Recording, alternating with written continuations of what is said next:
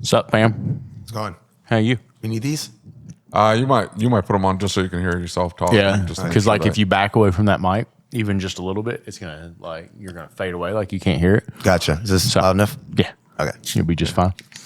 How you doing? you'll be able to hear us fine. You don't have to put the half ear on. Oh, okay. Yeah, you can put it all the way on. No, that's fine. I think I'm good. I can hear sure? both. Yeah. Cool. Okay. Cool. So introduce yourself, brother. So my name is Kyle Buenger. I'm with KB Mobile Programming out here in Phoenix, Arizona. Very nice. Very nice. Okay, Warm but weather. what happened? So I don't remember if it was 174, 178 for the remote service advising was the last time I talked to you guys. Yeah. Long story short, got burnt out a little bit. The owner started stepping away a little bit more to work on the business, not in the business, which then put more responsibilities on me and Kasha, and then it just started snowballing. Right. So, right. Yep. So, previously to that, events happening, I started doing side business as far as programming. So then that just started taking off a little bit. And then after we cut ties, I just started doing that full time. Right. Gotcha. And so, did it end in a friendly way? Did it end in a? I'd still say friend. I'm like, I just left the class right now. We were sitting next to each other taking classes last night for the event or the vendors. We were shooting, shooting the breeze, walking around. Like, very cool. We're seems still like friendly. a roll with the punches kind of guy. I don't think a lot bothers him, but I don't know. I would have not been so. I don't know, passive about it. Maybe I don't know how to say it. I would have made sure to keep you. So what are we doing here? So again, I'm kind of familiar with the podcast now. So I would probably say some of it was on me, some was on him. I know you guys talk about like disgruntled, technician stuff like that. I was definitely getting disgruntled. Definitely getting you sour. normally see it. Like some people are just wired that way. You know what I'm saying? I'm not. I mean, you seem like you're wired that way. Like it's gonna come to a head, and you kind of know. Like some people, I don't know any other way to say it. Like they care too much. They put too much into it. That stuff that I don't care about, they care about, and they're getting upset over stuff like it's like, dude, let it go. Like that doesn't matter. Yeah, but nothing. Like let it go. It's okay. And when you get those people that are getting amped up about not inconsequential things, but inconsequential things to me, I'm not going to fix that. You see what I'm saying? Mm-hmm. I'm not going to fix this, that this is bothering you. I'm not going to fix that, that's bothering you. But because they're getting brought up or they're at least being discussed, whatever it happens to be, I don't like the way this is getting checked in, or why are we always having a difficulty with this, or why are we working on this, or how are you not charging? Brandon gets upset if we give away anything, or if we tell him that go ahead and diagnose it, and we'll get while you're diagnosing, we're going to call and get authorization. Now, obviously, if they don't authorize, then we end up eating it. Yeah. But the only reason why we're telling them to do that is because we are 100% sure that that they're going to buy it. Yeah. And normally because we've had that conversation with the customer up front that, hey, this is going to be something here, and just to save some time, just so we don't have to go back and forth, pull the car out, pull it back in or whatever, just roll right into the diag, dude. We'll take care of it. Yeah, but nothing. Don't worry about it. Just go back, right? But sometimes those yeah buts turn into they start to build up, and then they start to bother you, and then everything starts to bother you, and then you get upset and stuff like that. You should. I mean, most people, I at least, you see it coming. That's for sure. Yeah, no, this was going months. Yeah, and that's what I'm saying is okay. So this is, and maybe he was like, okay, well, I'll be okay if he leaves, when he decides to leave, because this is going to come to a head. And maybe he got to that point, but if the guys, we just had a conversation with Cody Gaddy here, and he's like, love Cody. Yeah, guy's awesome dude, super smart. Oh my gosh. So actually, funny story about Cody. I actually went to high school with his wife. Really? Yeah. Oh, that's cool. That's nice. So, yep, same Small graduating world, class. Right? Yeah. So he's saying that in the Tucson market, he can't find anybody that is interested in what he's doing. So he goes to all these shops, and not a one technician is going, hey, what are you doing? Hey, why? Like, how'd you learn how to do that? I'm interested. Can you point some classes to me? What YouTube channel should I be watching? Nothing. Like nothing. They're all hands off. Don't care. No interest in it. They don't care. And so, which is just mind blowing to me. Just absolutely mind blowing to me. So if that's the condition in Tucson, you have to imagine that's probably true of the area as a whole, Arizona as a whole, right? Yeah. This place should be packed with 1,000 people. It isn't, right? The conference. Why? Because nobody's Nobody like, knows. yeah. I'm like, I've been in this field since 2002. I didn't even know about this until last year. Yeah. Well, you can thank the podcast for that. But I'm saying like, there are at least, you do run into technicians that are at least, they're pursuing. They're like, hey, I just want to kind of know, or like they're trying to better themselves. And if the whole of Arizona doesn't know about swap, right? Then they're at least in a particular situation where I'm not going to be able to find a replacement guy that can diag, that can do programming, that can do board repair. Like they're not a dime a dozen. So I got to figure something out here. Either I can let that service go and then just buy it as needed, or I got to keep this guy on. And then you figure something out. Like, let's figure out a solution to this here. Was it more time off? Is it just shorter days? Is it, do you need help? Do you need another person? Like, let's figure something out. What was it? What was the... So, long story short, Yeah. it was this thing right here that killed the relationship. Okay. I got a hold of Isaac in October Okay. for programming laptops. I was figuring out my thing that was slowing me down was the laptop. Trying Okay. to get everything downloaded, stuff like that. So I got a hold of Isaac, got a professional laptop from him, got it in. Wasn't fully set up because he was rushing to get to SEMA and Apex. Yeah. So after He's always rushing, by the way. It's like Yeah. 24/7. busy man. Yeah. Yeah. I think some of it may be fabricated. So got the laptop and was finally working on getting the Otis system downloaded. It Yeah. completely, I couldn't figure it out. So contacted him. He said the only time he had available was during the week. Well, again, I'm working during the week. So I brought the laptop with me, hooked up to the internet, and then logged in before work hours. And then maybe half an hour later, I noticed he logged in and he's doing his thing. I'm not even touching the laptop, just sitting on top of my toolbox doing my thing. Yeah. And my boss came in, saw it, knew what the laptop was, and said that he didn't want me working on that during business hours, even though technically I'm not working on it. Yeah. And But was this like, did you tell him, hey, I'm going to start this side hustle where I do mobile programming? so can we circle back? We'll circle back to that. Yeah. So whatever. So he saw the laptop. We got into an argument, and it boiled down to was upset because I was using his Wi-Fi. I was like, okay, whatever. So turned the hotspot on the phone, left the phone there. Problem is that Kasha is always calling me 30 times a day on the cell phone. So now I can't answer the cell phone. Yeah. I can't do my inspections because I don't have anything besides my cell phone. So then my productivity dropped. Personal cell phone. Personal cell phone. Productivity dropped. Okay. And then we had a conversation about that. And I said, okay, we'll either get me a tablet or a phone or something like that. So he went down to the store, had an old phone. I guess they couldn't hook it up. Maybe it was too old. I don't know. Yeah. And then just told me and the other guy, just share the tablet. And then obviously, Yeah, that snowballed. so yeah. But that probably was the tipping point. But it was building. What was there anything before that was kind of started? Because I mean, he doesn't seem like the kind of guy that would be the one thing that would set it off to that level, you know? So I noticed when I first started working there that it was almost impossible to get a programmer out there. It would take 2-3 weeks to get out there. Yeah. Just impossible. So I've got a little bit of programming background from other companies I worked at. So I started looking for VCIs. I had an MDI, but I wasn't confident using that for like the Toyotas is what we were getting calls for. So eventually I ended up buying my own VCI out of my own money, took my own personal time with my personal laptop, set it up on the side, using my wife's card, verified that it would work, would do it. And then I came up to him and presented it. Hey, we've got a problem. Here's my solution. The only problem is that when you start selling this, I would like a profit out of that to pay for the equipment off.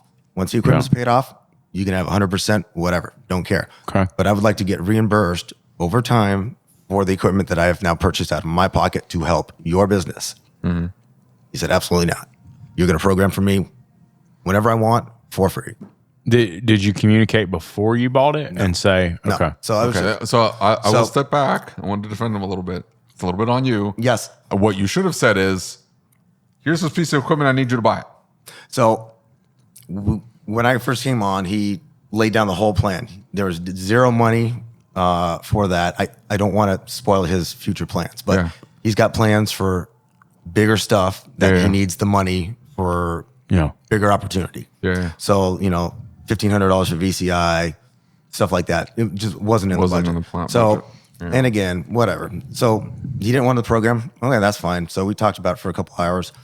A couple days later, came back to him and said, okay, final opportunity. You've had a couple days to think about it. You want to do it or not? Because if you're not going to do it, I'm going to start doing it on the side. I already bought the equipment. I got to set it up. I got to make the money back. Yeah. So he said he was out. So then I called a couple of my friends that ran shops, and then I started doing that. I called my beta testing, figuring out, what equipment I'm missing, stuff like that. So you kind of knew. So that was, I guess, the start. Yeah. Yeah. And I think that was in May. And so he started getting a little frustrated because he felt like you were putting more focus on your thing. Well, as soon as he said, I'm going to start doing my own thing. That to him says, in his mind, he's like, okay, this guy's quitting. It's like, this is done. So that would, whether he, maybe he thought of it consciously, maybe he didn't, but his decision making started falling in line with that. Yeah, deep down, he's like, we're done. And not that he would have acted any differently with you or anything like that. It was a disconnect thing. It's like, this person's no longer my future plans. Like 5 years from now, this person's not going to be here. And so you start acting differently in those situations. And I mean, honestly, it happens when you start to see an employee start acting, even not in your particular situation, but I've had employees that you're just like, yeah, this person is not the right fit. And so you cut them out of whatever your game plan is for the next year or 2 years, 5 years down the road. And so then it just naturally kind of happens. You start treating them different. Like, it's because it's like, what are you going to do? Quit? Like, save me from having to fire you. It's like, I don't know. Yeah, that sucks, man. That's unfortunate. So where are we now? What's happening now? So business is going great. I brought my P&Ls if you guys are interested. I don't know how you guys feel about that, but for sure. Yeah, no, just started off in, I think it was like second week before Christmas when I went out on my own.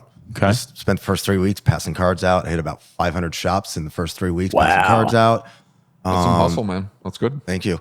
And then finally, at the beginning of January, I just started getting calls. And then I found 3 used car dealers, and they don't have any diagnosticians. Well, so yeah, I know. So they don't have mechanics either. No, they don't. So I started doing diag working for them, and it just boom, boom, boom, boom. And then I check in with Isaac every couple months. Say, hey man, I need some more equipment. What do you think? Trying to go this way, and then he says, I do this, and give me a credit card, and just keep going. How'd you develop your charging strategy? Like when you set your business financials up, how did you decide what you were going to charge and how you were going to do that? So for as far as the business side, I used to have a shop back in 2016, 2017. So when that ended, I just left everything open. Okay. I just didn't use it.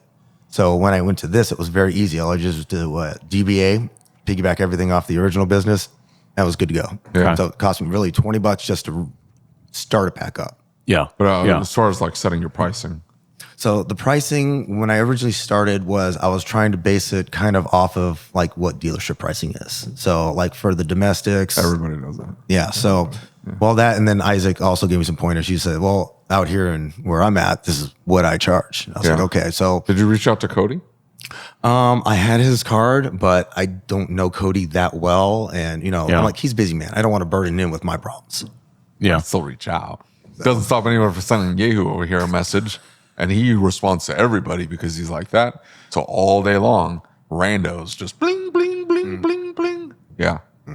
All day long. Just we're replying to all of them. And voice messages too. Those poor people hearing my hick talk in their ears all the time. Listen, I had to say hick in front of poor, what's his name? Jordan? Yeah. Because of what he said, I had to say hick in particular because it was absurd. I was trying to show the absurdity of his logic, that they're all the same. Dude, You make a distinction between low and high country, but somehow this is all the same. Get out of here. Listen, honey, he's a simple-minded country boy. He don't think that far into things. I can tell. Poor Jordan. You're so Jordan. mean. Anyway, hey, I'm just going to give you a tip here. Yes. Good business rule. Do not let your employees date each other. Bad idea. Okay, so me and the wife that does the bookkeeping, Yeah. not a good idea. Yeah. I said date, not married. Oh, okay. Like, that's different. Yeah. Well, what about if we set like office hours between 8 and 5? Yeah, If no you're the- touching. If you're no. if you're the owner and your wife works in the business, perfectly fine. If, however, you're not the owner, you're just an employee, you start dating somebody else in the business, one of you two's got to go. Doesn't matter who. Did y'all but one of see- you two's got to go. Did y'all see that post the other day where a shop owner comments that the advisor who is married and the tech who is married end up starting a relationship? And they're like, hey, how am I going to solve this? Because these I would have are fired my- them both. Well, these are my two only employees. Yeah, but I would have fired them both. I would have fired them both. I'm just saying, like, the type. Are you a cheater? No. Okay, so the type of person that is. He doesn't want to offend you, you Yeah, I know? didn't want to No, offend you because you're right in front of me. But I'm just going to offend everybody else who's listening. If you're the type of person that is willing to cheat on your spouse, you took vows. If you're willing to cheat on your spouse, I don't want you in the business. I don't want you in the business. If they're going to lie about that, they'll lie about something else. Well, they're living a lie. They're living an entire lie. They're going home to their wife or their husband while sleeping with somebody else, having an extramarital affair there. The whole be an thing open is just marriage. lies. Yeah, I guess. How about Now, if somebody walked up to me and said, How it's an about open marriage. hypothetical? You go spend, let's say, the $25,000 and get married, but never fill out the paperwork. Yeah. Yeah, no, I don't care That's about civil the paperwork. union at that point.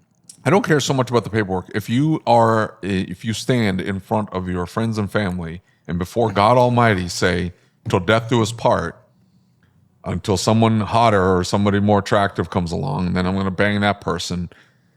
You didn't say that part, right? You said until death do us part, and that's it. What Man, God hey, is, So what unless God, you're Jeff Bezos, is what we're talking about. Well, no. Well, hey, listen. We've already had this conversation. It's like trading in a Honda Accord for a did Jeff Ferrari. Bezos not sign the paperwork? I don't know about the paperwork, but he traded in for the newer model. Look, 20. I don't think it was newer. No, the No, I think it 26-year-old, was, something she like just that. had a lot of plastic bits put in.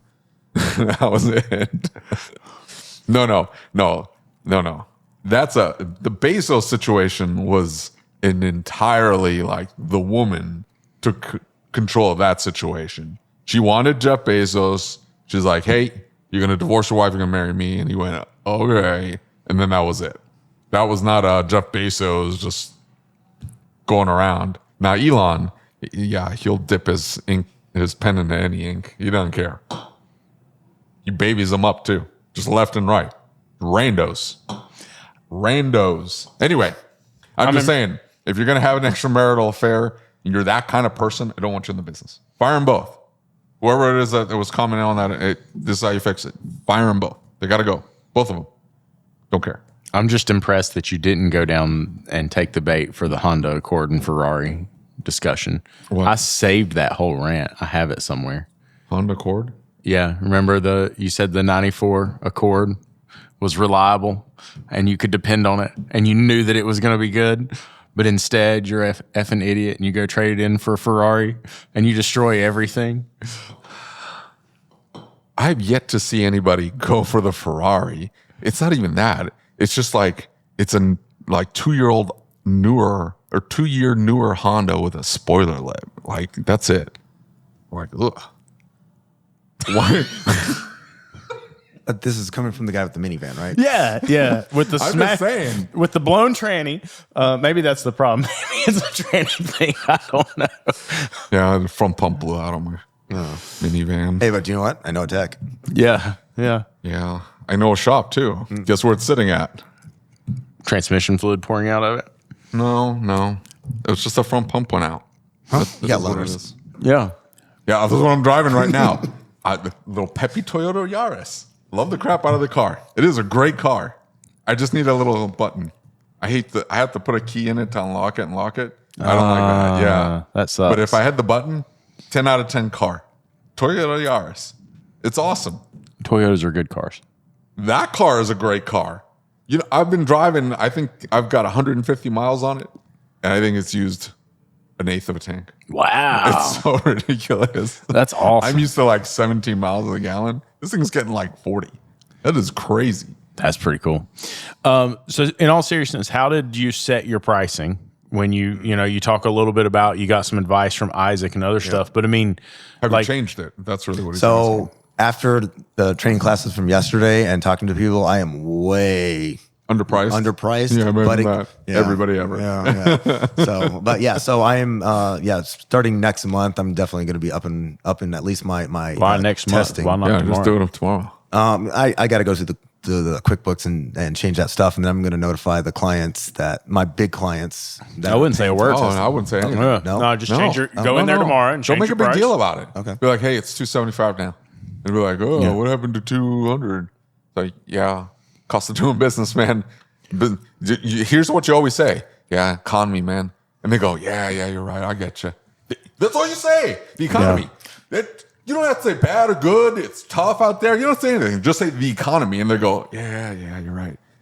Because they don't know what else to say to that. Like, what are they going to be like? No, this economy's great. Everybody's making a ton of money and like inflation is down. No, they're not going to argue with you. Just say the economy. And they'll 100% be like, yeah, that sucks, man. Okay, $275. That's it. Yeah. And I guess starting Monday. It's either that or like 3 weeks they have to wait for some other rando to show up. And here's the other thing about that is that, in a shop, we have parts that subsidize the profit. Yep. And so you don't have that. Nope. And so you have to think about, okay, if a brick and mortar repair shop needs 60% gross profit and they have a 1.85 ratio on parts and labor. In other words, for every dollar of labor you sell 0.85 in parts, and those parts are 60%, 55% gross profit. That means that if you're not selling parts too, you're missing half of the gross profit equation. Now you're mobile, so you don't have the rent overhead and those things, but it's not that substantial. So you've got to be figuring out like, hey, where's my money on the back end of that? And so gross profit per hour is going to be huge. If you got your P&Ls, we can look at them and just see.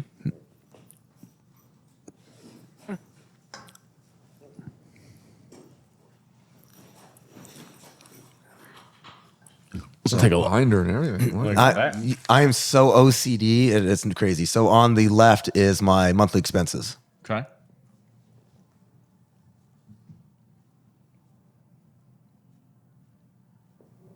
I think What kind of points are you getting out of that chasing card?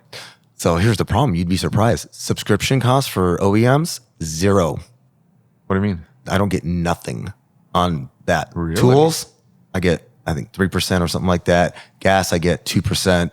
But subscriptions, paying the manufacturers for the rights to Don't give use you those, anything? I get nothing. Really? Mm-hmm. You gotta switch. Chase Business Inc. Use Okay, Capital so- One. Capital One. Well, I know you're always talking about Capital One, but I love Capital One. Here's the best part about Capital One.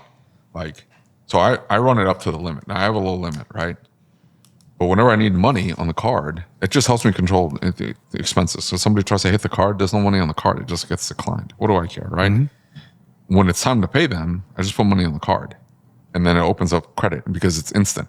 Like you pay and bloop, money's on the card. And so I have then, and because I funnel all my expenses to the card, like one, I'm getting 2% on every purchase, right?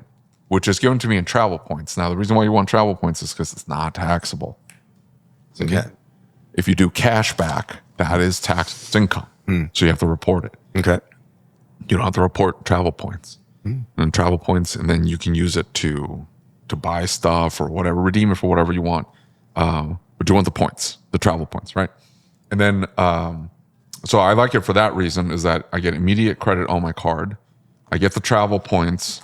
You can make up to 4 payments on the account. You can overpay. So if your limit's $2,000, you can pay, I think, up to $2,200 at a time to pay the whole card off plus an extra 10%. So you get a little extra credit on there. They give you some flexibility too. You can click a button and they'll say, well, we're going to give you a $2,000 credit limit, but we're really going to give you $3,000 of purchasing power. Because if you do go over, we're not going to decline you. If you're over by $250, we're just going to let it roll. But they have a cap to that, so you don't just go nuts. You see what I'm saying? Yeah. There's all sorts of crazy options you can have with Capital One. They make it super flexible. That's why I like it. And their travel on the back end, the travel stuff, legit. Everything but Southwest is on there. So when I fly American, that's what I use to book. And hell, I flew first class. It was the same price as main cabin. Yeah. Once I checked my bags, it was cheaper for me to fly first class because I had free bags. I never flown first class. It was nice. You ever fly first class? It's fantastic. This is all he flies. Now I can see why. Super bougie. Old people sitting around me because that's all who can afford first class is old people. Older than me is what I'm saying. Older than me, like white hair, old people. Yeah. So what I'm trying to do now is save the points because I'm trying to go to Apex this year. Yeah. And, I'm not, I can't like just drive home afterwards now. Yeah. So now I'm going to have to do the whole hotel and all that stuff. And that's the way to do it. Yeah. That's why the Capital One card's great. You just book a hotel with the Capital One card. Okay. From your points. Where's all your purchases. Where's your labor at? Where's your costs? So I'm 150 an hour as of right now. And so I'm saying where is your pay? Yeah, your paycheck. Oh, it's a sole propriety. So I just take money whenever I want. Right, but that doesn't work. That won't work. That's not okay. Well, it's okay, but you have to, whatever you pull has to then be reported as income, and then you have to estimate your tax. And you have monthly, to save it. And then you're not saving, you have to send it in quarterly. Yeah, no, and I just paid that 2 weeks ago for the first 6 months. I would rather just pay the payroll tax. And that way I'm reporting, and because like they're gonna if he were to try and sell this, which I wouldn't think he's gonna try and sell it, but that's one component of it is the owner being paid. Second of all, it helps with financing, right? Because now the owner's being paid and it's not in a draw in that way. Yeah, that's it. That's the bigger factor. Is not necessarily looking at it like I'm going to sell it. Is if you do need to apply for credit anywhere for anything, you need to buy anything. Mm-hmm. The first thing, where's your income? You don't have any reported income at this point. Right, and the business is not making enough money because like if they go back and they pull that from the draws, then they put it in here, you're upside down most months, right? Like if you were taking an actual paycheck, you're not going to be making any money. Yeah, and so you're going to be like just this month here. I mean, they're going to ask you like, what's your mortgage, or what's your rent, like how much you buying for food, what's your carpet, like they're going to ask you a bunch of questions. They're going to be like, well, that's not enough. And you go, well, I got my wife, this sort of subsidizing the income or whatever, like whatever the solution is. But if you've got at least steady income because you show you yourself as a W-2 employee, one, it helps you set your pricing because you're going to add a whole bunch of expenses in there because you got to pay for Social Security tax, Medicare, Medicaid, whatever. It also means when you go to hire somebody, you're already prepared for that and you know what you it already costs. know if that's, hey, it's time to hire because the bottom is matching my salary, meaning I can hire somebody for what I'm paying myself now and I'm still going to be able to keep my salary. See what I'm saying? Yep. Yeah, no, I've talked to my CPA about rolling over to an S Corp, but he says until I start hitting a certain net, it's not worth the offset. I would not take business advice from a CPA in that way. I would be paying myself, right? Yeah. I wouldn't. You need to be paying yourself. Yeah, you're just saving yourself the hassle on the back end.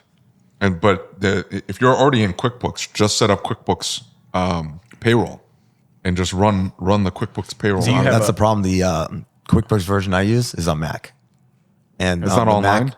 No, I don't do the online. No, I've got to switch it online. The QuickBooks is going to online only. Yeah, I heard their 2024 is going to be their last actual disc. Version. So they've gotten rid of it. Like, so you got to move on. Like, just if you go to QuickBooks Online, it'll dump everything over.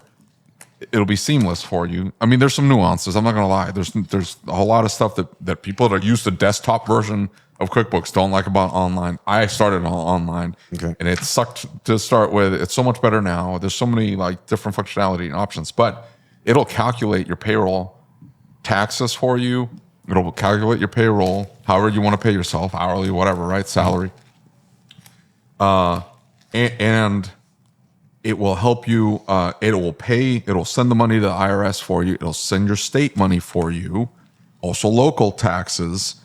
It'll separate it all out for you. You've got a nice sheet. You can report it. You've got now W-2 income, even within your business. And then if you end up with anything on the bottom, you end up with something on the bottom, you can pull it out. At least with an S Corp, whatever you pull out from the bottom, let's say you end up with a couple grand at the bottom and you want to pull that for yourself, not that you should. You can do a whole bunch of different things with it. Just keep it retained. But at the end of the year, if you've got like, hey, I've got this 10 grand, like you can dump it into a whole bunch of different things. But all I'm saying is that you'll at least have this trackable W-2 income that you can then use if you do need to apply for credit or whatever. You've got that there. And the taxes don't get like squirrely. And you don't end up with a dime tax bill at the end of the year. Right, because that can definitely happen. QuickBooks has pulled it out all year round. Yeah. You don't have to worry about it. And here's the other thing is what you're doing is you're hiding the fact the business is not making money in the balance sheet, right? Yeah, because like you said, you're not paying yourself. Right, exactly. And so if you're not going to make any money, like you could go get a job and work for somebody and make more money. Now, when you raise your prices, that's going to help. But based on what I see in that, you're going to have to pretty substantially raise your prices, right? Because there's no money there. Right. And so here's the biggest thing you have to keep in mind is you will have, and it's just like when you're in a shop, you only have so much time in a day. Yeah. So you have those 8 hours to sell. Yep. So you have to keep that in mind. Like, here are all my expenses. Plus, I want to make 100,000. So you tack that on there. Plus, I need to add another 35% for taxes. So it's $135,000 on top of all my expenses, right? So divided by 8 hours, how much per hour? Minus travel time, but I have to take that into account, right? So I'm going to be working 6 hours out of this 8 hour day. Those 6 hours, how much am I charging for to account for the whole 8 hours? See what I'm saying? Yep. So now you have your total dollar amount that you can then charge per hour. And then that's just your price. And if you're like, you're going to calculate, I'm just telling you, no, it's going to be quadruple what you're charging right now. And you're going to be like, I can't charge that. Yes, you can. Yeah. Yes, you can. And at the end of the day, yourself, they were waiting 2 to 3 weeks. They're going to keep waiting for 2 to. Now you might lose a customer or two, but guess what? You're going to lose half your customers. That's how it always is. You're going to lose half your customers. You weren't making any money with them anyway. The half that you do keep, because you're charging quadruple, you lost half. Charging 4 times, you'll still be ahead. Does that make sense? Yep. You'll be doing less work. Yeah. Well, and you'll be doing less work, but you'll also be in a situation where, like, we hear that so often at this point that, oh, they'll all leave. I won't have anything to do. Well, you're not making money anyway. So what's the point? Right? Like, you're not actually progressing yourself. You're not taking yourself and moving yourself forward. You don't have a business you can sell. You don't have a business that's worth anything. And I don't mean that to be disparaging. That's not what I'm saying at all. I'm saying that because of those factors, like, you don't have anything right now. So you don't really have anything to lose. So if you raise the prices and they all did walk out, you could go get a job and reformulate and figure out how to do hit this. another 500 chops. Yeah. Just go hit another 500 chops. You're going to pick up a few customers with your new pricing. I am a little worried about insurance expense. That insurance seems really low. Yeah. $200 to $300 a month. That's like super low for what you're doing. That's not bad. I don't know. Actually, I have my insurance with me too. If you want to look. Yeah. I only pay $600. Dude, I have the exact same insurance you do. Like, blow for blow, all the way down. I even added the social media stuff. When you call, do they say, does Mickey Mouse answer the phone? Pajit answers the phone. Okay. Okay, so each occurrence $500,000, damage to rented premises, medical expenses $5,000, personal, that's too low. Yeah, $5,000 medical expense for any one. Yeah, person. dude, that is way lower than what that's it should like a be. scratch. Yeah, yeah, dude, that's if you lose a finger, if somebody loses a finger. Well, and you've got it's per occurrence. Is there a total? Like total liability? Well, it says each occurrence. I don't say aggregate limit. I'm guessing right here. Yeah, aggregate's $1 million. I mean, you think And what all is? See, this is not enough for us to know. Within Garage Keepers, there's a number of exclusions and there's a number of riders that you add. So there's cyber, there's inland marine that covers your tools and things like that. I know the tools is 40,000. I do know that. But the other thing too is on this policy too, because it's only testing and programming. This does not cover any engine repairs or any engine damage or anything like that. So But you're not doing any of that, right? I'm not doing any of that. Yeah. I'm not doing any type of repairs. The problem though is you hit the wrong button. It bricks 4 modules. Yep. They're 1,500 modules, $1,500 each. Yeah. Now you've got a $6,000 or $7,000. Yeah. So either that comes out of my pocket or Yeah. Well, that's what you would want the insurance to cover. Like, oh, hey, I screwed up here. This is on me. That's what I got you guys for. What's the deductible? And this is just general liability, which I would talk to somebody who knows Garage Keepers insurance. I'm texting my insurance guy here. Yeah, this to me looks pretty freaking low. Okay. Right, it does not look like very good coverage. Now obviously we can't see the like the riders that they would have added on.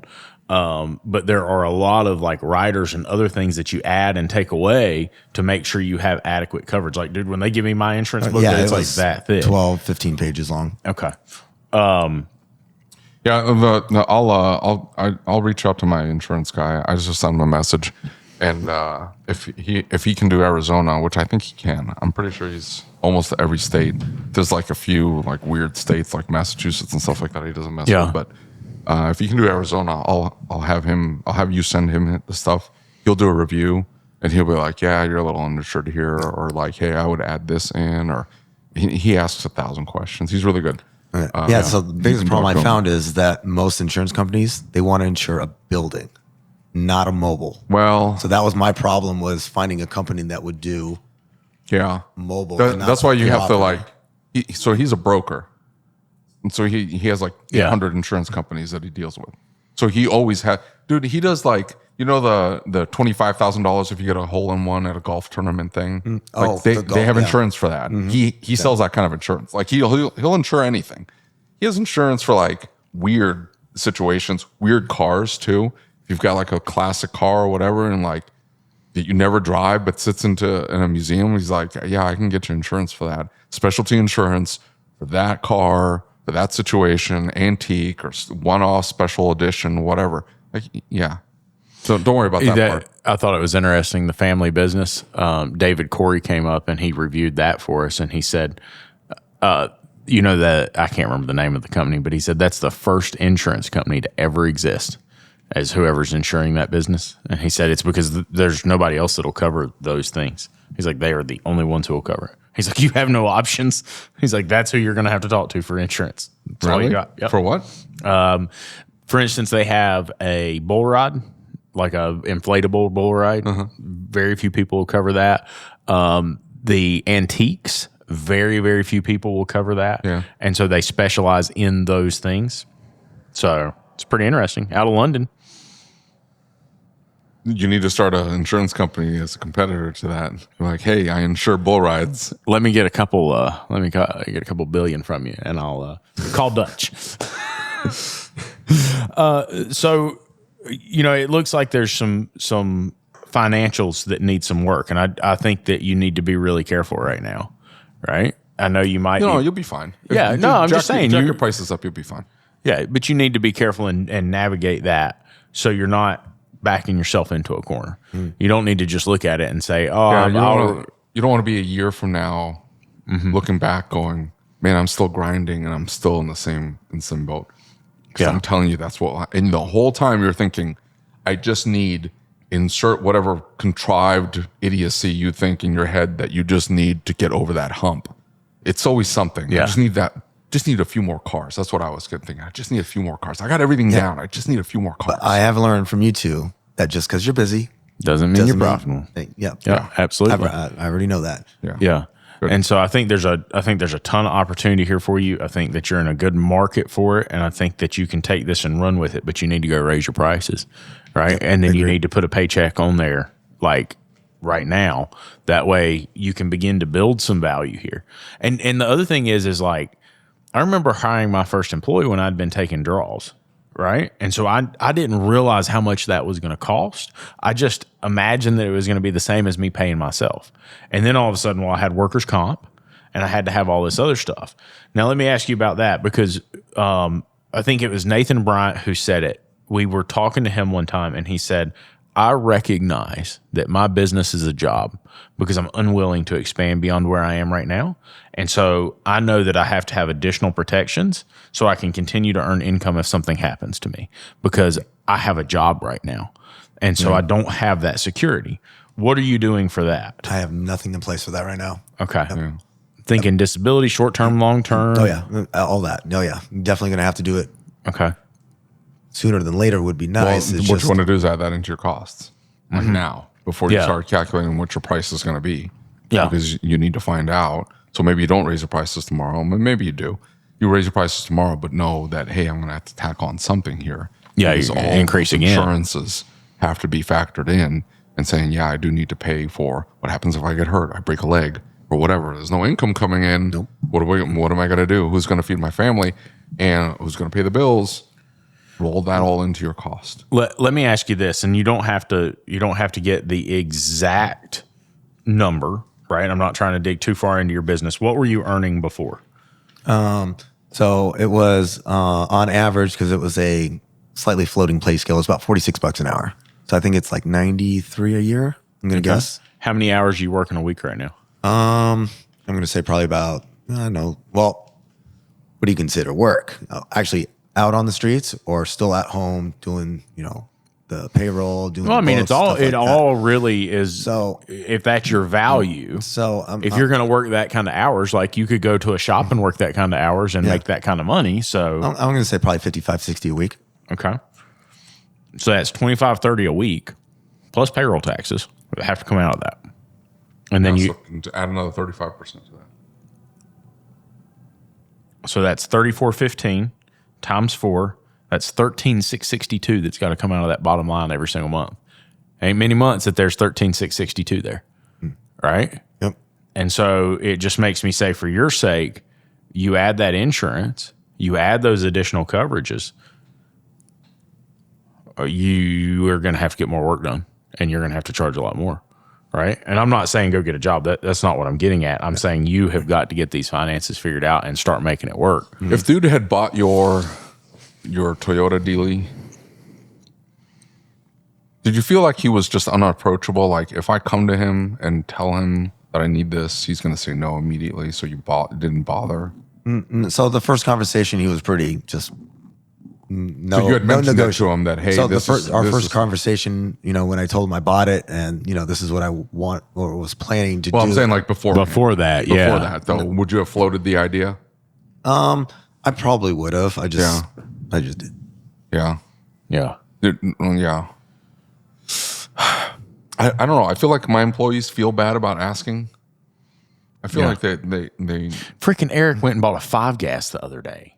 Why? I don't know. I would That's have a good bought tool. it. They're fun. No, it's not. It's a good. It's a stupid snap-on, and the battery's no. bad in it, and it can't be replaced. The tips go out all the Yeah. time, and then you got to ship them in, and they don't come back for 6 months. It's ridiculous. Mine's still out. Absolutely ridiculous. Piece of shit. But no, We're I'm never gonna get sponsored by Snap-on. You keep talking trash on Snap-on. I'm not talking trash on Snap-on. This is he bought one off of a tool truck that had been on it for years because no other technician even knows what it does. So stupid. Yeah, I agree. Why did you do that? I don't know. He knows this is against the rules. My guys know to run the tool guy off. They do. No, the tool guys don't bother coming in. Like they do come in and they're nice and polite, but everybody runs them off because I don't want them buying anything. Like, okay, you need a socket or you need a wrench or whatever. But you know what they do? They go down to Harbor Freight, or there's a local tool place called Clark Tool, and they sell like Gear Wrench and Milwaukee, and they sell some pretty good brands. And they go down there and they buy whatever random tool they need. But anything like large, I think they feel bad about asking. It's like, hey, we need this.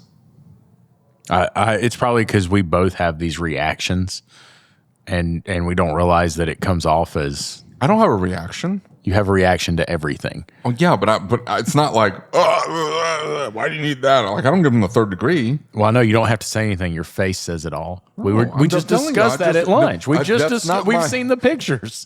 That's not my that's not my initial visceral reaction is not like I get excited if they come at me and they're like, hey, I think we could really utilize this. I'd be like, yeah, let's do it. Now either I can afford it or not. I tell them, I'm like, how much is it? 5,000? I can't do that right now. But give me a month. And like, oh, yeah, we'll save it up. Or, I'll put it on credit for 2 months or whatever, right? You figure out a way. If that had not happened, would you have still been disgruntled and left anyway? Honestly, if you wouldn't have fired me, I probably would have stuck around for another year because I was using that time to then pay off the tools and stuff like that. So that when I wanted to go out, saying like, if he had bought the let's say if you had felt that he was approachable about it and be like, hey, we're waiting 2 to 3 weeks for these remotes. Can we just pick up a Toyota tool or whatever? And he was like, yeah, okay, let's do it. Oh, yeah, I probably would still be there. We probably wouldn't have any issues. Yeah. Yeah. You know what I ended up doing was with Brandon is Brandon gets bored easily, like bored, right? And he's a quick learner. Rabbit, like he goes down the rabbit trails. He says that about me, but he's the exact same way. Yeah, he is for sure. He goes down these paths where he gets super excited about something and he learns everything he can about that thing. But then he's like, I got nothing else. Like, I haven't found anything else that is interesting me because it's nothing new. I'm just listening to the same garbage over and over again. So I'm bored about that now. So it goes down some other rabbit trail. And I knew that I'm like, I'm not going to be able to keep him engaged.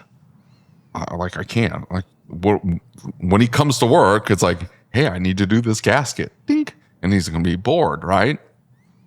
So I got him hooked up with Mike Christopherson, right? And his son. They run, what's the name of the business? I should know. They write you checks. You write them checks. They write me checks. I should know. Oh, I'm sorry, Mike. I'm sorry, Mike and James. I'm sorry. Anyway, they do like all sorts of weird, crazy stuff, right? Like board level, like hexadecimal level, like soldering, unsoldering EEPROM chips. Like they go into the program and they like jack around with the programs. Like, hey, I'm going to rewrite the VIN on this rewriting car. the software. Yeah, they rewrite the software, but they've got software that they've developed through it that'll rewrite the software, and then they go and teach classes on how to. Hey, this is how we open up the hexadecimal code, and this is how you find the VIN, and this is how you can rewrite the VIN on a module that shouldn't have the ability to rewrite the VIN. Sign me up. You haven't been to one of the classes? Yeah, they do classes. The closest thing I've come to are the Keith Perkin ones on the L1 training. Yeah, he goes all over the country and does. He goes all over the country. So I'll get you his information. I'll look to see when he's doing the next class. He's all over the country. He's out of Utah. Okay, so he's not that far away. Yeah, no. I mean, these big states, but I'm saying he's not that far away. And so, so I told him, I reached out to him, and I'm like, hey, if you want to expand into Kansas City and find, like, I don't want to find the shop. I don't want to do the 500 to hand out card. I don't want to do any of that. But if you need somebody to do the program, and send my tech. Now, so what happens now is they take the lead in and they'll dispatch the work because they have a whole system, right? They'll dispatch the work and they'll send a message to Brandon and go, hey, so-and-so transmission shop needs a program on XYZ module. And then he comes to us and he goes, hey, I got a module to program. And he just takes a long lunch or he comes in late for that day. And so he'll go out and he'll program and he'll program the whatever. And then he'll come back. Now I pay him the whole time. I was going to say that's through your company. No. So the Christopherson's company takes all of the money, and they just give me a little kickback. I'm paying Brandon the whole time. Mm-hmm. Like he gets a set salary. He's hourly, guaranteed hourly, right? And he gets paid, even though he's not at my shop making me any money. Like he stopped working for me just to keep him engaged. Yeah. Just to keep him engaged. Now, sometimes it's a pain in the ass. I'm not going to lie. It's because we're super busy and it's like, I got to go program my car. And it's like, hey, and it's way up north. So it's going to be a 30-minute drive there or 30-minute back or whatever. But it does keep him engaged. Like, and Christophersons are awesome. They keep sending them tools. Yeah. I haven't had to buy shit.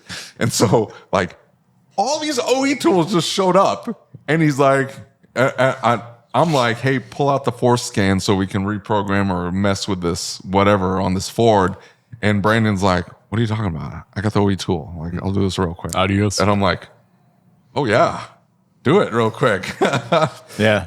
And awesome. We're compiling a larger and larger collection of OE tools. Like we're definitely getting a little over the top with it.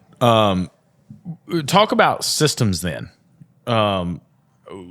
Your booking and dispatching system, how are you managing your workflow? In other words, like a management system, or are you all on QuickBooks? Everything's on QuickBooks right now. Okay. I'm looking into going back to a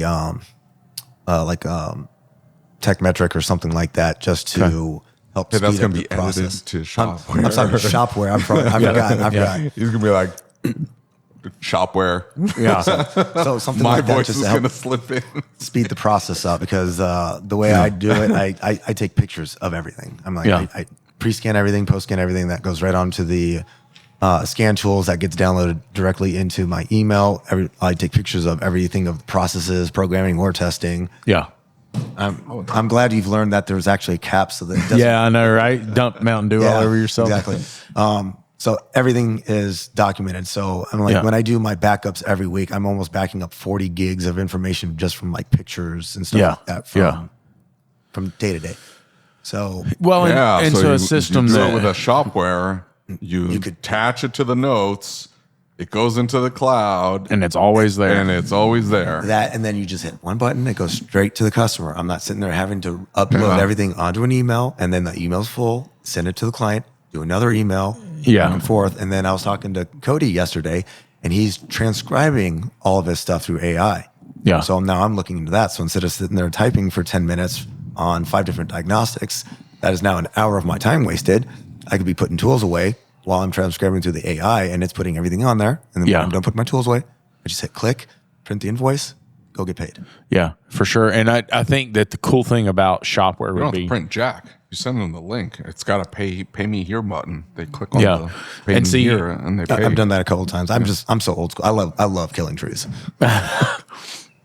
So here's the thing is that now we can tie it to the VIN.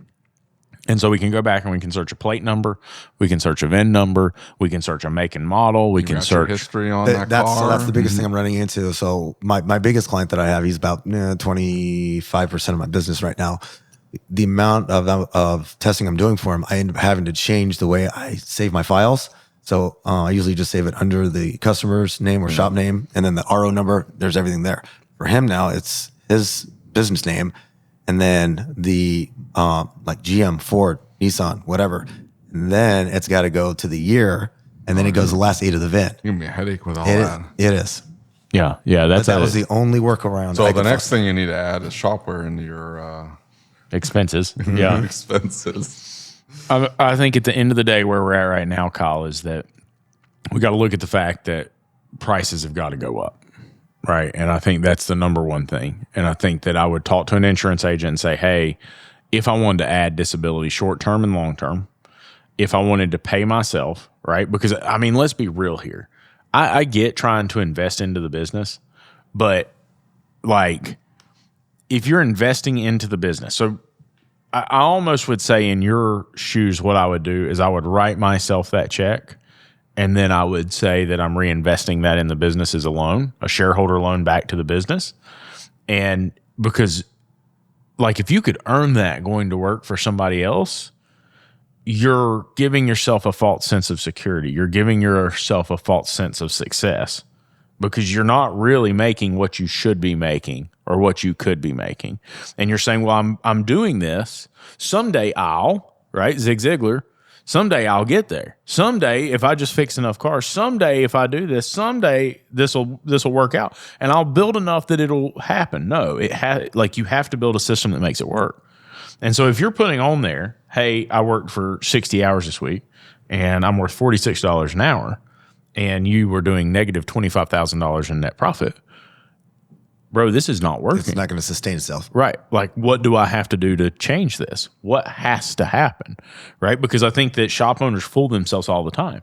They convince themselves, oh, this is working and this is sustainable. Well, yeah, but then you break your arm. You get in a car accident. The car's down for a week. Guess what? Well, you're not making any money now. And then all of a sudden something happens and you can't work. Like, you're really up shit creek now. Yep. Right? Let's say that you get in a car accident and you can't turn wrenches anymore. That's what ended my career. Yeah. Car accident, shoulder. Yeah. And so I think you need to be thinking about that. And I think you need to be fixing that sooner than later. I know what everybody's going to say. Oh my gosh, he doesn't have the money to pay those payroll taxes. And he doesn't, if he were to pay himself what he's worth and put all that on there and then do a shareholder loan, like there's this implication and that implication. I think it's worth it if you want the business to be successful, because I think it's going to show you, it's going to open your eyes to the fact like, hey, this is not working. I have to do something different. Yep. You know? So that's my take on it. David, who are you texting? I'm looking up the pricing on Shop-Ware. Just tell him how much to add to his P&L Yeah, he's got to know. Hey, I haven't updated the website. Did you? in like 5 or 6 years. You got really, really obsessed with medical stuff and stopped working on just the website. Everything else is getting updated. Get out of here. occasionally. Occasionally. Hang on, it's on the. Yeah, So but while you guys the are link, doing the that, special can we go link. ahead and make David uncomfortable for a second? Yeah, sure. So I brought gifts. Oh Lord, We know how David loves gifts. yeah, So, he does. Oh, I love this. This sounds awesome. Why is everybody insisting on making me uncomfortable? I don't understand that. Hey, dude didn't take his clothes off, so So there was an episode, something about green M&Ms. So this is for Lucas so that he can shake it on the mic so that he's awesome. yeah. You are the man. Just remember, you got to shake it on the mic to That's it. for his post production. Here you go, David. Dude, thank you, man. That is phenomenal. Another one. This is kind of for David, but it's more for, I think it's the unofficial mascot of his shop. Right? Can't remember if was it a beaver? Yes, or it was a beaver. possum or It was something like that, right? So, Groundhog. Groundhog. Thank you. So I know the winter months are coming, so I got something. Kyle wins the guest of the year. Okay. So and then this next one. It's got holes in the ears. So like I said, I listen to the podcast now, but so what? I call my wife an FBI agent. So Right. Ed never told me when the first one came out. My wife found it. I listened. Yeah. I think there was up to 10 after that one. Yeah. I didn't know what was going on. I went back to one. Yeah. And I've been listening to that. I'm like, so See, we tell people that. People do that. They're like, I don't get I'm like, any I'm of the mobile. jokes. So what am I going to do? I've got an hour drive into Chandler. Yeah. So I listen to you guys, and then on an hour back home. So I'm catching up. So if this has happened since the last episode that I've listened to, sorry, but David.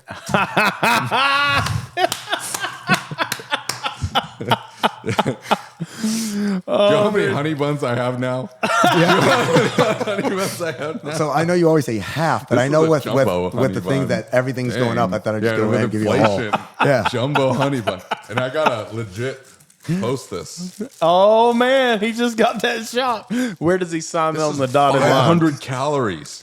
That is insane. Who eats these things? You do. Look, here's one right here. Right here. 250 bucks a month. Okay. 250 bucks a month. If you go monthly, if you pay annually, it's 224. But it's 250 bucks a month, and it gets unlimited users. The parts matrix, which you don't need, kind of a maintenance builder, two-way texting, and you can do the Shop-Ware payments thing. But then you got to sign up with 360 payments. So you sign up with 360 payments for your credit card processing, Yeah.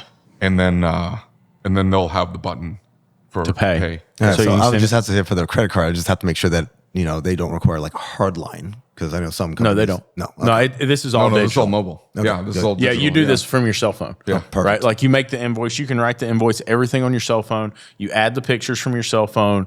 Everything you do, if you download it from the scan tool, you can upload the PDF in there. You can make lines for like your testing, because that's what we do. Is that we have we have a peace of mind process. So we go through the peace of mind, and it requires them to check off. I checked this, and this, and it's not the DVI. The DVI is separate, but the peace of mind process says like, hey, did you put the protective equipment in the car? Did you check the fluids? Did you like the bare minimum guaranteed you have to do this on every car? And then we have a level 1 testing routine. In the level 1 testing routine, it's did you verify the client's concern, right? Have you confirmed it? What are the diagnostic trouble codes? And then it depends on which one it is. Some of them, like if it's a fuel system issue, it's like, hey, what's your MAF grams per second? What's your long term? What's your short term? That kind of thing. And so we collect all of that data in there. And so the reason I think that's important, especially for you being mobile, if you want to expand, Cody was in here saying, how do I teach somebody how to do this? Well, if every job you do, you build a testing routine for, and I'm not talking about going out into the weeds. I'm talking about like, what were the basics to get to where you were? And you think, hey, this is a Toyota and it has a P0446. Okay, what test am I going to do? And how am I going to rule that out? So now I create a job and it says Toyota P446, P0446 or 466 or whatever. Yeah. And now I have my testing routine built. Well, now if somebody starts working for me, hey, I've got a Toyota EVAP issue. All right, cool. Hey, Bob, I'm going to need you to go down there. I'm sending you the ticket right now. So I transfer the ticket to Bob, and it's already got the testing I want done to start with, right? And now we have a system. We have a process for dealing with that issue. And the more of the jobs you do between now and then, now you've built this out in a way that standardizes your operation. So it helps scale it and gets to where it can make money that you need to run the business. Yeah, Cody was showing me yesterday. He does the same thing for programming. So if he's done a program on a vehicle or something like that, and he can't get to it, and somebody else has got to do it, all they got to do is log into his whatever the site that he's on. Yeah, and there's a step-by-step thing. Yeah, Tells for them sure, exactly how to do it. Absolutely. Well, and so here's what I like about the way Shop-Ware does it: is they have to click off on a button that checks and says, "I've done Every this." single time they do it, right? And so they have to check. And so if they don't check off on that, in other words, you've got this list of things that's to be done. And if they don't say, yes, I did that, and yes, it's green, or make a note to say, no, I did not do that, and here's why I did not do that, then they falsified the report, right? So now we have an accountability system built in that doesn't just say like, hey, I'm telling you to go do this, because if it's not on paper, it's a lie. Now it is on paper or digital, right? And I'm saying, this was the rule. And on the checklist, you can attach pictures to the individual check boxes. So if you've got to like verify X, check it off, take a picture of it to show, at least for the customer, that they see. See what I'm saying? That it's been checked. Yeah. Yeah. And think about that, right? Because now we've built a system around it that when you begin to grow the business, it's scalable, right? It's something that we have. It's not even built. that, too. You've got a value add for the customer. Yeah. Yeah, you've got the documentation. You send it to the all client. this documentation to the customer to show, well, the reason why I was $400, sir. Look at all this work that I did here. And you can present that. The customer then doesn't question it, because you didn't just get under the hood and then come out and go, hey, it just needs this part, and then walk away and a bill for $400. Yeah. See what I'm saying? And the other advantage of this is because, and I don't know how often this happens in mobile. We'd have to ask Cody. But think about this. You work on a car. He sells that car. And now that car gets in an accident, something happens. It's your word against his what you did, right? So now if I don't have documentation on that car, that VIN number, well, I'm putting it all in QuickBooks. Right, but what if something gets mixed up and we put the wrong car on that? What if there's something where something gets disconnected somewhere and I type in the wrong thing or I upload the wrong file and now that wasn't in there, my pre-scan wasn't there and I can't find it, right? This helps ensure that that does not happen. And so if you ever have to go to court, you can print this out or you can show it to the attorney and the judge and say, no, you can see right here what I did. Here's what I disclaimed. I told him not to do this and I told him not to do that, right? Think about the Mini Cooper with Keith, right? And the resistors and the airbag. right? I haven't heard this one. Yeah, so he's done a whole video series on the fact that this car came in and it had resistors in the airbag, and dude was trying to tell him, hey, just put the airbag module in it and overlook all that stuff. And Keith's like, no, I'm not doing that, right? Because like you could come back and say it was me who did that. I'm going to document this. I'm going to fix it right. And he's like, no, just take those pictures off there. Don't do that. Don't do that. Think about that from your perspective. Like I'm in here and I'm telling you I'm not going to fix this and I won't do it like that. And then there's a bill for you coming out. What if he says, hey, no, this dude fixed it, right? And so those are things to think about. And CYA. So, Shop-Ware really helps you with that. There was a video that Royalty Auto put out. Oh, I love those guys. Great videos. Yeah, for sure. It was a Nissan Altima 2024. The guy had just bought it, had 10,000 miles on it. AC wasn't working. So he drops it off and says, can you do an evac and recharge? And they did. They did an evac and recharge. Guess what? Didn't fix it. They scanned the car. They had 2 codes. Front radar obstruction block or something or another. And then pressure sensor circuit malfunction for the AC. And it's like, well, that makes sense why the AC is not working. We got a pressure sensor malfunction. I went to evac and recharge it with 1234YF without scanning it, but whatever, right? Yeah. I would have scanned it first. And then, so they start looking for the pressure sensor. Now, the pressure sensor is like on the line by the condenser up somewhere up front there. It's a Nissan, right? So he starts looking and he starts seeing things. Yeah. And all of a sudden he's like, that wire's hanging in a weird spot. Why is that hanging down? Why is this? And then he starts looking at the rest of the car and he's like, well, those bolts aren't put in properly. And this bracket's not right. And this is being held in with bubble gum. Apparently, somebody had gotten into a front end accident on this. They got the insurance money, didn't fix it properly, took it to their guy, who then bondoed and painted this thing, slapped it back together, didn't fix any. Now, back in the day, probably be fine. Yeah. What have we thrown into the mix? Yeah, ADAS. And like, I don't understand. Why would you touch the car? Like, and then you drove it. You have no idea what the car's going to do with the ADAS being all crazy. Did he go in any under bridges? I'm like, did it stop under the bridge? I think they've gotten a little smarter about that since then. I think they've gotten maybe less sensitive. I don't know. Well, I didn't do anything weird. And the car at least identified that there's something wrong with the front radar because I think it was just pointing down. Like it was just facing the front bumper. It wasn't actually looking out into the road and identified that's just at least an obstruction. I can't read the road properly. Yeah. But I stopped the video at that point there. But the moral of the story is get a pre-purchase inspection. Like, yeah, get a pre-purchase inspection. You can't go after the dealer. The dealer bought the car. They don't know what the hell they're looking at. It was a clean car, looked pretty good. From 40 feet away, the paint looked okay. It wasn't until you got up close and you saw the runs and the drips and the bondo and the gaps all messed up and the creases. Well, I mean, think about Ken Miller and that. So one of our other podcasts is a collision show, right? And we're building it out right now. And he owns a collision shop, and he is the president of the New Jersey AASP. And long story short, they have what's called the Northeast Show up there. And it's a huge collision show. It's like the size of Apex, except it's just collision. And Ken came out, and we were all at an event a while back, and he shows us this video. And he said, it's a brand new car. And they fixed this like little paint area in the back of the car. And his guy said, hey, do you want us to do this inspection? And Ken said, absolutely, you're doing the inspection. That's what the book says, you're doing it. And they said, well, we just wanted to ask because it's like pretty minor.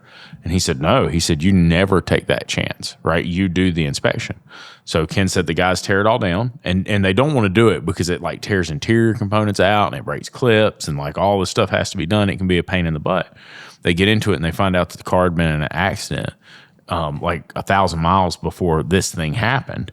And so when they get it apart, they realize that the dude's notched the seatbelt, so the seatbelt retractor doesn't catch anymore. And then he put resistors on it.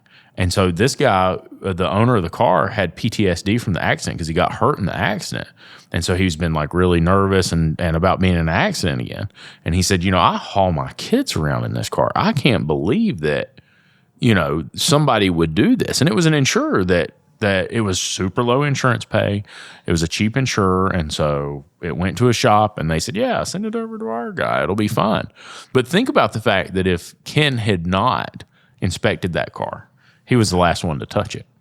You know what I mean? And so surely they would know, well, hey, there would be no reason for that to be done in this case. He just polished a bumper. But what floors me is like the motoring public has no idea what they're driving. Yeah. They have no idea. They think thank you, Juan. all the cars are the same. Yeah. If this 2024 is the same as my 2014. Like, no. This is a whole different world. Yep. Just a car. You get in, it's just got extra screens. It's like, no. There's so much more stuff on this car that you have no idea. They have no idea what they're driving. And what's frustrating is nobody asked for this garbage. Nobody asked for this garbage. They just manufacturers dumped it on everybody. And then they didn't tell anybody that, hey, this is all extra maintenance, extra cost. You have to be extra careful. The body shop you have to take it to has to be certified. They got to know what the hell they're doing. You don't want to be sending it to just any Joe Schmo. It's not just body work anymore. So messed up. Nobody knows. Nobody. No. You tell them and they're like, what? I got what? Oh my what? Get out of here. Yeah, I'm with you. All right. Thank you for being here, brother. Appreciate it, guys. Thanks. Yes, sir.